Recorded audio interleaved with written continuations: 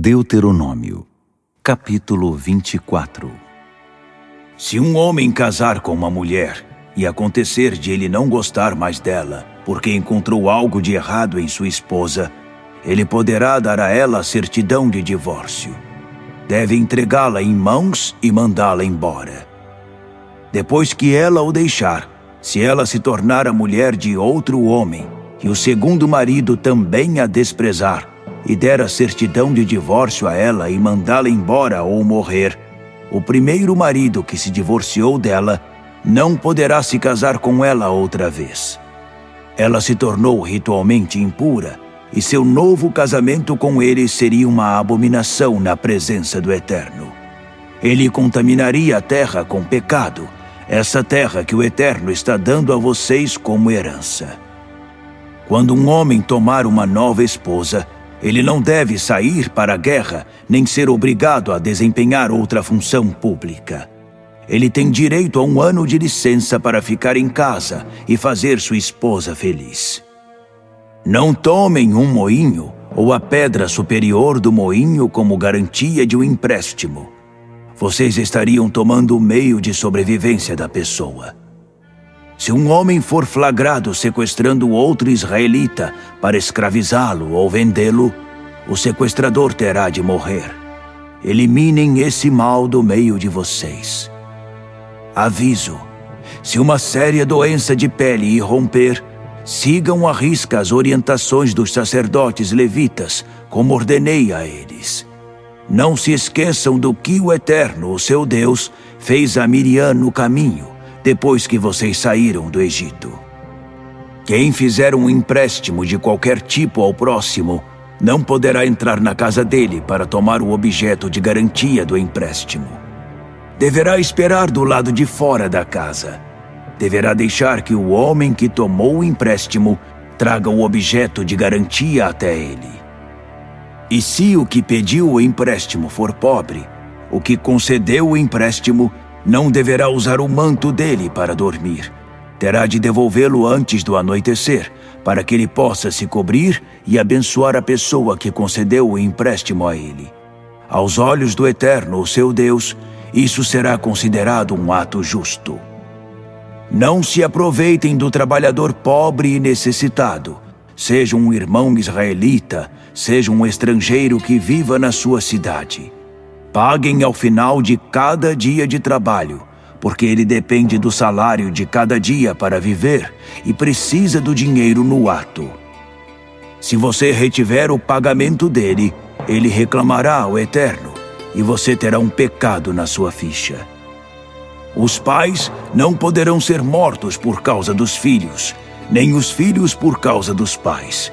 Cada pessoa terá de morrer pelos próprios pecados. Cuidem para que os estrangeiros e os órfãos não sejam prejudicados em seus direitos. Não tomem o manto da viúva como garantia de empréstimo. Nunca se esqueçam de que vocês foram escravos no Egito e de que o Eterno, seu Deus, os tirou de lá. Eu ordeno, façam o que estou dizendo. Quando vocês fizerem a colheita do cereal e deixarem cair um feixe no campo, não voltem para apanhá-lo. Deixem-no para os estrangeiros, os órfãos e as viúvas. Assim, o Eterno, o seu Deus, abençoará o seu trabalho. Quando vocês sacudirem as azeitonas das oliveiras, não voltem aos galhos para tirar o restante. O que ficou deverá ser deixado para os estrangeiros, órfãos e viúvas. E quando vocês colherem as uvas da sua vinha, não colham todas elas. Deixem algumas para os estrangeiros, órfãos e viúvas. Nunca se esqueçam de que vocês foram escravos no Egito. Façam o que estou ordenando. Deuteronômio, capítulo 25. Quando os homens tiverem algum litígio, levem a causa para o tribunal. Os juízes terão de decidir entre eles, declarando um inocente e o outro culpado. Se o culpado merecer castigo, o juiz exigirá que o homem se prostre diante dele e receba tantos açoites quantos forem devidos pelo seu delito. Mas o número Nunca deve exceder 40. Infligir mais de 40 açoites é degradante para o ser humano. Não amordaçem o boi enquanto ele estiver debulhando o cereal. Se 2 irmãos morarem juntos e um deles morrer sem deixar filhos, a viúva do irmão morto não se casará com um estranho, mas com alguém da família. O irmão de seu marido deverá se casar com ela e assim cumprirá para com ela o dever de cunhado. O primeiro filho que ela tiver levará o nome do marido morto, para que assim seu nome não seja apagado de Israel. Mas se o irmão não quiser se casar com a cunhada, ela deverá procurar os líderes na porta da cidade e dizer: meu cunhado recusa-se a manter vivo em Israel o nome de meu marido. Ele não concorda em cumprir seu dever de cunhado para comigo. Então, os líderes chamarão o irmão do morto para interrogá-lo.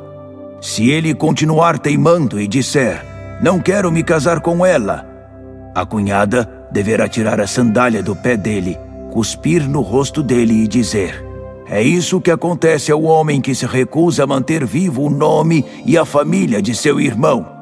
Sejam os descendentes dele conhecidos em Israel como a família dos sem sandália. Quando 2 homens estiverem brigando e a mulher de um deles, para livrar seu marido, pegar o outro pelos órgãos genitais, vocês deverão cortar a mão dela. Não tenham pena. Não carreguem na bolsa 2 padrões de peso, um maior e outro menor. Nem usem 2 padrões de medida, um maior e outro menor. Usem apenas um padrão de peso, correto e honesto, e apenas uma medida, correta e honesta, para que tenham vida longa na terra que o Eterno, seu Deus, está dando a vocês. Pesos e medidas desonestos são uma abominação para o Eterno, bem como toda a corrupção no mundo dos negócios. Não se esqueçam do que os amalequitas fizeram no caminho depois que vocês saíram do Egito. Eles os atacaram quando vocês, de tão cansados, mal conseguiam pôr um pé na frente do outro, e mataram sem dó nem piedade os israelitas que ficaram para trás. Não tiveram temor algum do Eterno. Depois que o Eterno, seu Deus, der a vocês o descanso de todos os seus inimigos à sua volta, na terra que receberem por herança, vocês terão mais uma tarefa: apagar o nome dos amalequitas da face da terra. Não se esqueçam. Deuteronômio, capítulo 26. Depois de entrar na terra que o Eterno, seu Deus, está dando a vocês como herança, e se estabelecer nela, separem parte dos primeiros frutos de tudo que vocês plantaram. Ponham esses produtos numa cesta e levem-nos ao lugar determinado pelo Eterno para adoração. Vocês deverão procurar o sacerdote que estiver de serviço e dizer: declaro ao Eterno, seu Deus, hoje, que vim para a terra que o Eterno prometeu aos nossos antepassados que nos daria. O sacerdote receberá a cesta de vocês e a depositará no altar do Eterno. E ali, na presença do seu Deus, vocês declararão: meu pai foi um arameu errante. Ele desceu ao Egito e viveu lá, só ele e um punhado de gente no começo. Mas logo, eles se tornaram uma grande nação, forte e numerosa. Os egípcios abusaram de nós e nos oprimiram, com uma escravidão cruel e selvagem. Mas gritamos ao Eterno, o Deus dos nossos pais. Ele ouviu nossa voz, viu nosso desamparo, nossa desgraça, nossa situação miserável. E o Eterno nos tirou do Egito com sua mão forte e seu braço comprido, temível e grande, com sinais, milagres e maravilhas. E Ele nos trouxe para este lugar, deu-nos esta terra em que manam leite e mel. Portanto, aqui estou. Trouxe os primeiros frutos do que plantei nesta terra que tu me deste, ó Eterno. Então, depositem a cesta na presença do Eterno, seu Deus. Prostrem-se diante dele e alegrem-se. Celebrem todas as boas coisas que o Eterno, seu Deus, deu a vocês e suas famílias. Celebrem com os levitas e os estrangeiros que vivem no meio de vocês. A cada 3 anos, no ano do dízimo, deem a 10ª parte das suas colheitas aos levitas, estrangeiros, órfãos e viúvas, para que eles tenham sua provisão nas suas cidades. Na presença do Eterno, o seu Deus, digam: eu trouxe a porção sagrada e dei-a ao levita, ao estrangeiro, ao órfão e à viúva. O que me ordenaste, eu fiz. Não fiz rodeios para praticar teus mandamentos. Não me esqueci de nenhum deles.